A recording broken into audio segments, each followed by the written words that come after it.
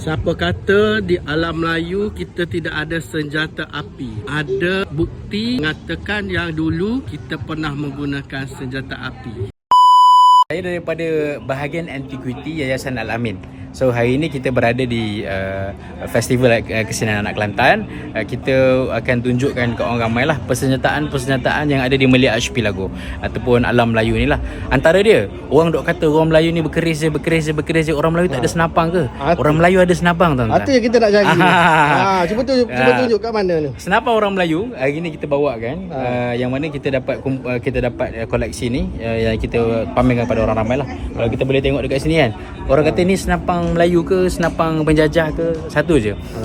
Kita nak tahu senapang orang Melayu ni, kata pun dipanggil istinggar ini, dia mempunyai kerawang-kerawang flora ataupun ukiran-ukiran bunga. Kalau kita tengok kat bahagian sini kan, sini ada ukiran bunga.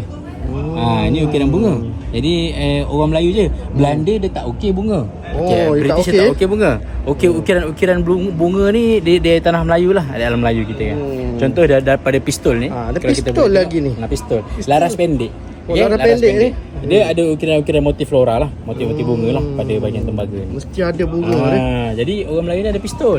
Orang Melayu ni ada istinggar untuk menembak. Yang mana hebatnya pistol ni memerlukan kekuatan letupan. Jadi kalau kita tengok besi kat sini kan, ini memang besi lama lah. Besi lama kalau kita kena barai lah, orang tengok ni orang tahu ni besi lama. Itulah, jadi besi lama ni. Dan kita mempromosikan ni? Boleh tak apa. Nanti saya cuci mula. Ini meriam kecil, yang mana meriam ni juga antara kegunaan dia sebagai pertukaran hadiah antara kerajaan-kerajaan dulu.